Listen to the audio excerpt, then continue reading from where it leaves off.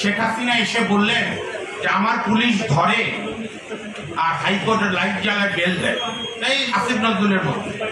যখনই বিচার বিভাগের ওপর আঘাত এসেছে, এই 1 নম্বর হলরুম শামসুল হক চৌধুরী নামে যিনি হলরুম, সেই শামসুল হক চৌধুরীর নেতৃত্বেই অতীতেও আমাদের আন্দোলন হয়েছে, আমরাও করেছি।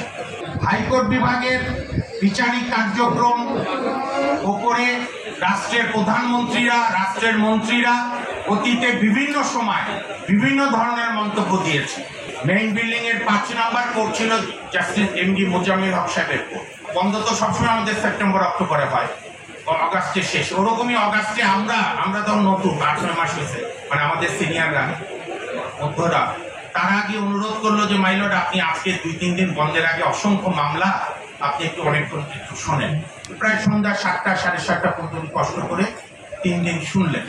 তদানীন্তন প্রধানমন্ত্রী, তখন উনি গণতান্ত্রিকভাবে হয়েছিলেন, শেখ হাসিনা এসে বললেন যে আমার পুলিশ ধরে আর হাইকোর্টের লাইট জ্বালায় বেল দেয়, এই আসিফ নজরুলের মতো। কিন্তু পার্থক্য ছিল একটা, তখন এটা ব্যর্থতা আমাদের, আমি সহ সবার, আপনি আমি সহ সবার। আমরা এমন বারের ইলেকশনের সময় রাজনৈতিক বিশ্বাস থেকে নির্বাচিত করি যে তখন বারের সভাপতি ছিল আমাদের সিনিয়র অ্যাডভোকেট জনাব হাইবুল ইসলাম ভূঁইয়া। সিটিং প্রাইম মিনিস্টারের বিরুদ্ধে কন্টেম্প পিটিশন ফাইল করেছিল, কোন পুলিশ আসেনি এখানে, এবং সেই পিটিশনের হিয়ারিং হয়ে ওই মামলারই শেষে ওই যে বিখ্যাত সেই ডায়লগ লর্ড অ্যাটকিনের রায় রেফারেন্স দিয়ে জাস্টিস এজিম আফজাল বলেছিল হোয়াট হেটেড পারসন। এই আসিফ সাহেবের স্টেটমেন্ট কবে হয়েছে আশরাফ? 23 অক্টোবর। আজকে হচ্ছে 29 অক্টোবর।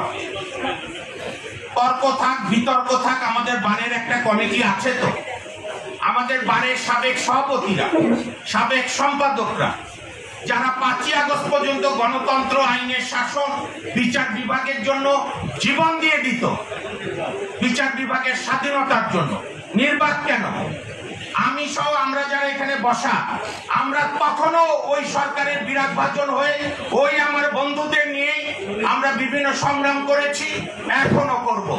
আজকে সবাই সিদ্ধান্ত হওয়া উচিত যে আগামী 31 অক্টোবরের মধ্যে আসিফ নজরুল সাহেব যদি তার এই অযাচিত কন্টেম্পচুয়াস বক্তব্য প্রত্যাহার না করে, তাহলে আইনজীবীরা সিদ্ধান্ত নিয়ে পরবর্তী পদক্ষেপ নেবে।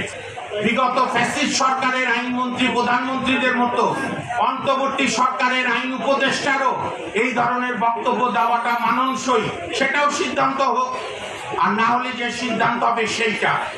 এইখানে বিচার বিভাগের স্বাধীনতা, আইনের শাসন, এটা নিয়ে কোনো দ্বিমত, কোনো দলীয় সংকীর্ণতা রাখা যাবে না। বান্ডেল থাকলে প্রতি সেনমানিতে টাকা বাঁচবে। বিকাশ সেনমানি বান্ডেল কিনে জিতুন প্রতি লেনদেনে।